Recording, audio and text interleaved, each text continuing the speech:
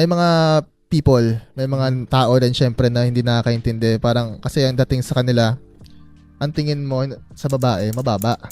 Yun yung dating sa kanila. Ba't parang ganyan siya? Ang tingin niya sa babae, ganyan lang. Ang tingin niya sa babae, ganyan lang. Ano masasabi mo dun? Actually, Tol, siguro dahil sinasabi ko na na hindi equal. Siguro sinasabi ko hindi naman talaga equal yan eh. Lalaki, babae. Pero hindi ibig sabihin mababa yung tingin ko sa babae. Kumbaga, inaano ko lang yung reality. Ganun. At saka, actually, yung ibang tao pa nga ang mababa ang tingin sa babae kasi ganito magkaka-girlfriend sila, right? Okay.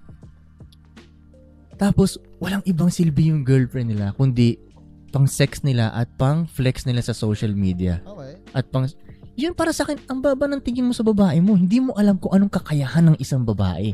Kasi kung alam mo ang kakayahan ng isang babae, ikaka-asenso mo yan eh.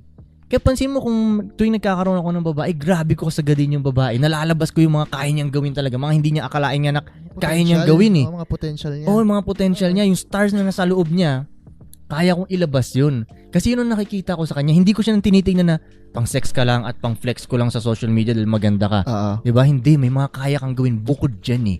Lahat na ng babae kayang gawin yan eh. Yung pang sex at ganda, lahat ng babae kayang gawin yan. Right?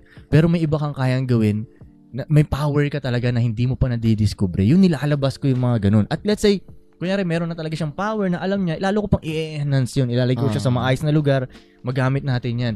Kaya ewan ko ba sinasabi ng mababatiin ko sa babae, nilalabas ko talaga yung kaya talaga nila eh. Kung alam lang nila, kung ano talagang kayang gawin ng babae, tol, makakatulong talaga sa life nila yun. Imbis na parang relationship lang kayo, nag-I love you-han lang kayo lagi, nagsisex, tas pinapa-chill mo lang yung babae dyan sa sofa. Kasi iniisip siguro nila na pag walang gagawin yung babae, yun ang care siguro. Na, hindi, huwag ka nung dyan, upo ko lang baby girl. Ako nang bahala dito.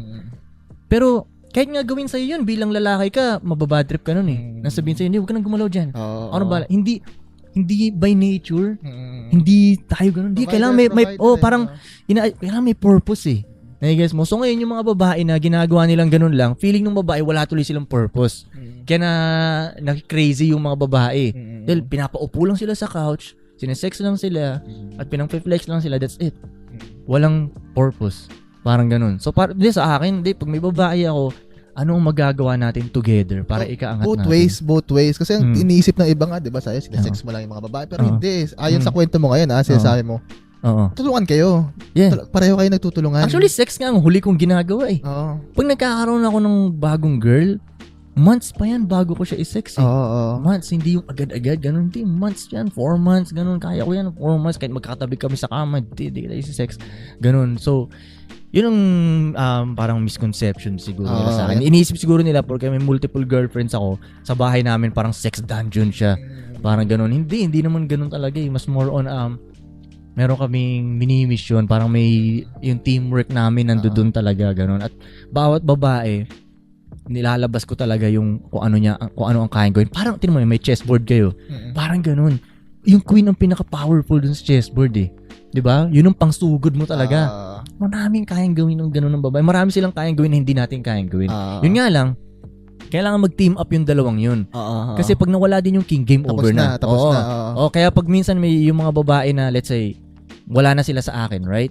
Mag-isa na lang silang gumagalaw sa streets. Nahihirapan siya, no? Walang nag-guide sa kanya eh. Wala siyang parang tumitingin sa kanya. Hindi, itong gawin mo, baby girl. Itong gawin mo. Wala. Nagkakamali tuloy siya ng mga decision making niya. Wala ng team eh. Mag-isa na lang siya eh. Diba? Mas malakas pa rin talaga pag nagsama eh. Okay. Kumbaga, pag individually, kaya namin makalayo.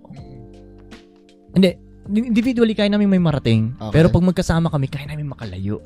Yung pala ganun. Kaya importante yung team nun, ganun. Kailangan So parang chess din, kailangan yung king. At kailangan mag-coordinate yung queen sa king para matalo yung kalaban. So sa lahat ng nagsasabi ng tingin ni Bugoy sa mga babae na mababa. Yeah. Yes. Masabi mo hindi. Sila yun, ginagawa lang nilang sex dahil yung babae nila, yun lang silbi for sex. Baka hindi maraming kayang gawin ng babae. Tol, sipin mo nga, minsan may mga lugar tayong hindi natin mapasok, pero pag may dala kang babae, nakakapasok tayo eh. Dahil lang sa beauty niya, dahil sa power niya, dahil sa yung parang charisma niyang ganun, di ba? Nakakapasok ang ganun. Yun, isipin mo, hindi natin kayang gawin yun eh. Ang makiusap pa nga, kaya di ba, Pero pagsasabihan tayo ng mga guard, di ba? Hindi gagana sa atin yun eh. Totoo yan. Oh, kuya, pwedeng Subok paano yan. dito? Hindi, alis kayo dito. Subok yan. Oh, pero pag babae, kuya, diba gano'n? Ay, sige ma'am, sige lang ma'am. Oh, di ba? Isipin mo yun, may mga kaya sila na hindi natin kaya at may mga kaya tayo na hindi rin nila kaya. So pagsamahin ngayon natin, wala na makakapigil sa inyo. Ang ganda. Ang ganda ng Diba? sagot na yan. Yes, That's sir. crazy. Syempre. Okay.